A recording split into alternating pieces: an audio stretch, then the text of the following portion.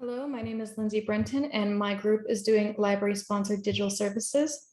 I wanted to start off with our infographic, even though I know you can see it with the assignment, because I wanted to give you a chance to read it over while I introduce our topic. Digital services in the library has become so important over the years, not just because technology is constantly growing and changing, and things are practically obsolete before they even hit storefronts, but also because of COVID-19. When COVID-19 hit and everyone had to stay home and working from home became more prevalent, it became increasingly obvious. I'm recording. Oh, sorry. Sorry. It became increasingly obvious that internet is a right and people need access to it because it has become basically essential for a modern person to have, which is why libraries being able to provide those services is more and more important every single day. Now, I wanted to touch on the databases that we used to find our information. First, I'm going to talk about JSTOR. JSTOR is useful, and I do use it often for my own assignments, but it just doesn't seem quite as user-friendly as EBSCO.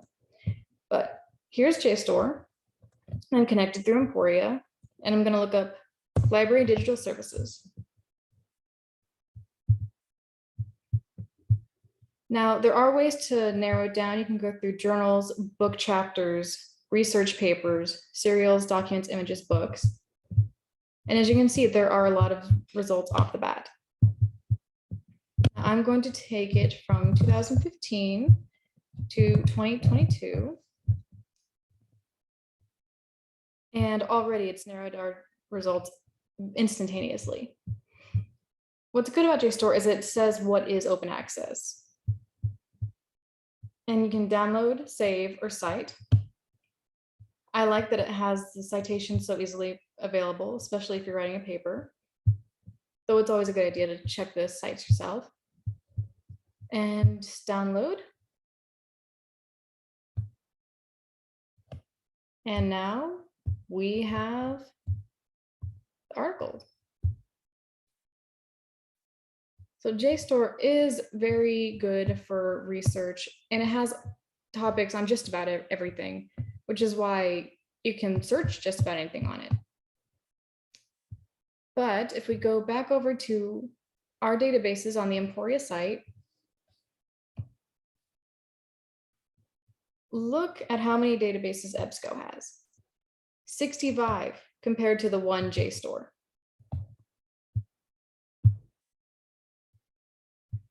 There are so many EBSCO databases that you actually have to alphabetize even them. But for EBSCO, I'm going to go to L.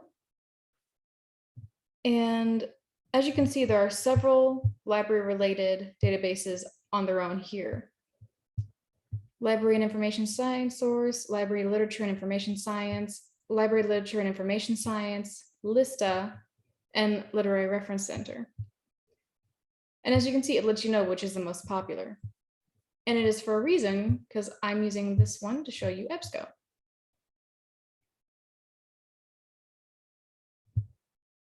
Now I'm going to look up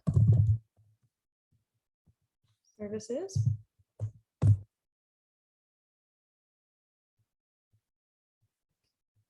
And instantly it looks like we have a good amount. Now I'm going to limit it to full text and scholarly peer reviewed. And already our results have been narrowed down even more. I'm going to change the publication date 2015 to 2022. And now we are down to 88. And speaking of COVID, the first one to be shown is about COVID-19.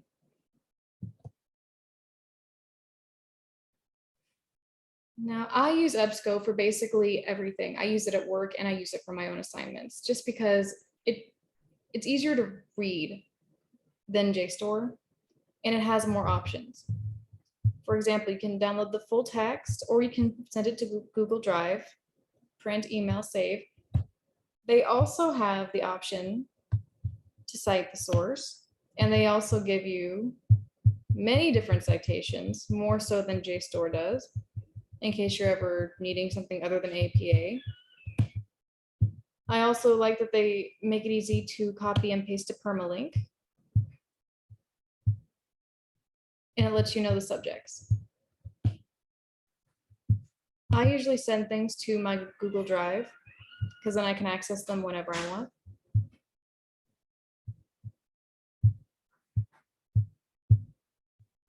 Now, if we go to my drive, there's actually an entire EBSCO folder. Now, I didn't make the EBSCO folder. EBSCO made it over time as I've downloaded more and more things from them. And there you are. It is neat, it is clean, and it is easy to read. Let's go back to EBSCO.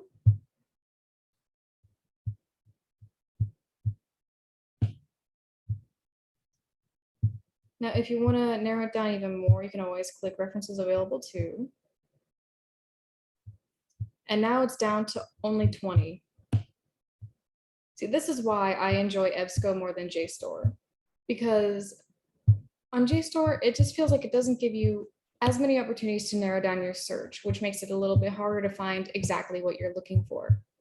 With EBSCO, you can just keep narrowing it down until you're down to 1 or 2 articles. And at the end of the day, that's probably almost all you need. You can change subject, publication, publisher, and you can even change it to academic libraries.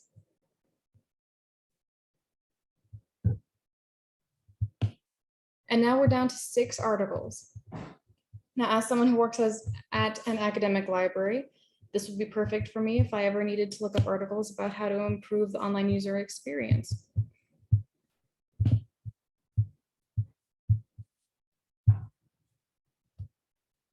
And that is what I have to say about the databases that we use to find what we have on our infographic. I hope you might have learned something new, even though I know last week they did a good job. And have a good day and happy reading our assignment.